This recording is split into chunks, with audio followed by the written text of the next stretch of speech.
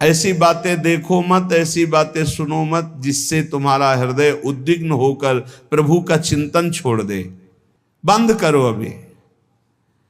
अन्य लोगों के संग का त्याग कर दो, जो भगवत विमुख वार्ता करते हैं, संत निंदा करते हैं, दूसरों की निंदा करते हैं। कुछ हाथ नहीं लगता, ये लोग दुर्गति को प्राप्त होने वाले हैं। भक्तन निंदा अति बुरी भूल करे जिन कोय, किए सुकृत बहु जन्म के छिन में दारे खोए।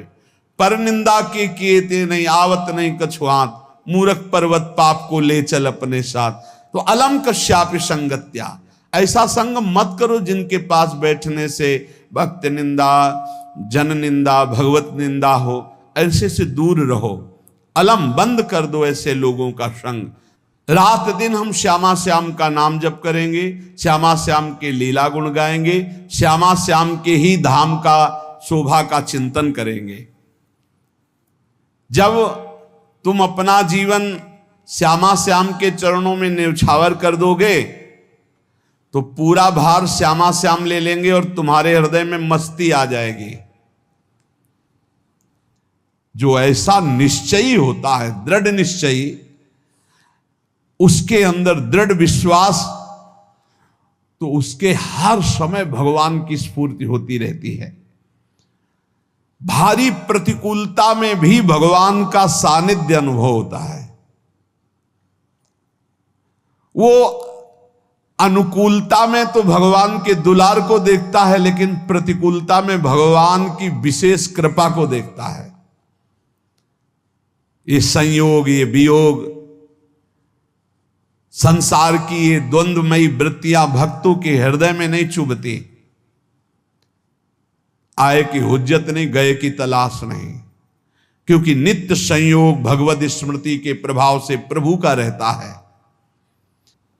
शोक, विषाद बहुत ध्यान देने योग्य विषय है। तभी लोगों को ऐसा लगता है कि ऐसा कैसे हो सकता है। भक्त के चरित्रों को जब सुनते तो लगता है ऐसा कैसे हो सकता है, ऐसी परिस्थिति में भी ऐसा कैसे हो सकता है। क्योंकि तुम मानसिक बुद्धि से युक्त हो और वो भागवतिक स्थिति से युक्त है, इसलिए तुम उसको पार पा ही नहीं सकते। जब तुम अपना जीवन श्यामा श्याम के चरणों में समर्पित कर देते हो हृदय से, फिर उनकी कृपा से सब विघ्न दूर हो जाते, एक अपार मस्ती रहती है। नहीं तो शोक, विषाद, दुख, क्लेश, कष्ट, संताप, भय, उद्वेग, ये सदैव सताते रहते हैं। इसी से डिप्रेशन होता है। बार बार नकारात्मक चिंतन, शोक, विषाद, दुख, चिंता, क्लेश, संताप, भय, उद्वेग, यही पूरे मानसिक स्तर को नष्ट कर देते हैं। उत्साहहीन जीवन हो जाता है। जब तुम श्यामा श्याम को समर्पित हो जाते हो तो ये सब प्रवेश भी नहीं करते, एक अपार मस्ती बनी रहती है। अब क्या होगा? श्यामा श्याम जो करेंगे वही होगा। श्यामा श्याम पता नहीं कैसा करें, नहीं, वो सदैव मंगल भवन है, वो जो करते महामंगल होता है। यह निश्चय उपासक के हृदय में आ जाना चाहिए। इसलिए अपना सारा मन, सारी बुद्धि, सारा जीवन, प्रत्येक श्वास प्रभु को अर्पण कर दो, फिर देखो तुम निहाल हो जाओगे। दुख, शोक, विषाद, क्लेश, कष्ट, संताप, भय, उद्वेग, ये उसी को व्यापते हैं जिसने अपने जीवन को प्रभु के चरणों में अर्पित नहीं किया। इसलिए तुम अपना सारा मन, सारी बुद्धि, सारा जीवन, प्रत्येक श्वास केवल प्रभु को अर्पित कर दो, फिर देख लेना। श्वास कैसे अर्पित की जाती? राधा राधा राधा। बुद्धि कैसे अर्पित की जाती? एकमात्र निश्चय कि भगवत सुख ही सुख है, ये जागतिक सुख सुख नहीं, ये दुख है, ये ऐसा दलदल है जिससे आज तक कोई नहीं निकल पाया। सारा मन, हम मन से केवल प्रभु का मनन करें।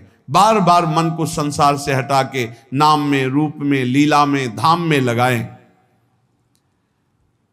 बहुत प्रसन्नता हो जाती है उस उपासक के हृदय में जो अपना मन बुद्धि प्रभु के चरणों में अर्पित कर देता है। भगवान ने तो इसको बहुत उत्तम स्थिति बताया है कि मेरे से कभी वो अलग हो ही नहीं सकता यदि मन बुद्धि अर्पित कर दिया।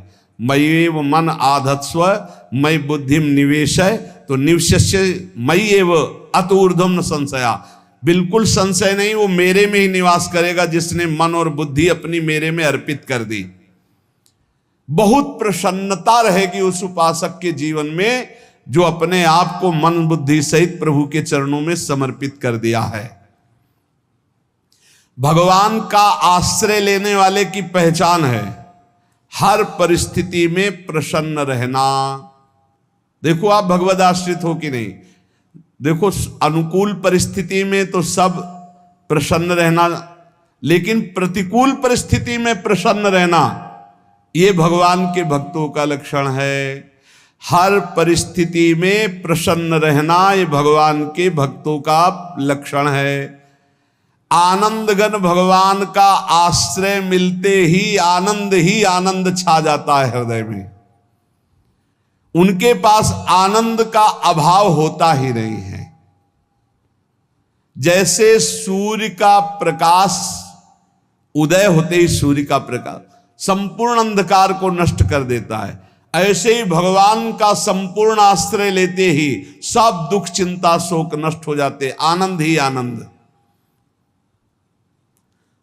तुम भगवान के मंगलमय रूप को नहीं जानते हो, पर उनके मंगलमय भाव को विधान को मानना शुरू कर दो। जो भी होता है मंगलमय होता है। हमने जीवन में देखा है, अगर इधर कोई बहुत बड़ा सुख दिया तो देर नहीं लगेगी, 24 घंटे नहीं व्यतीत होंगे और ऐसे दुख दे देंगे, जिससे दोनों का समान भाव रख करके ना दुख में तुम भूलो प्रभु को, ना सुख में फूलो, सीधे भगवत मार्ग में चल। पूरे जीवन की बात देखा है। भगवान के मंगल विधान में सदा सर्वदा सुख ही सुख है, इस बात को मान के प्रसन्न हो जाओ।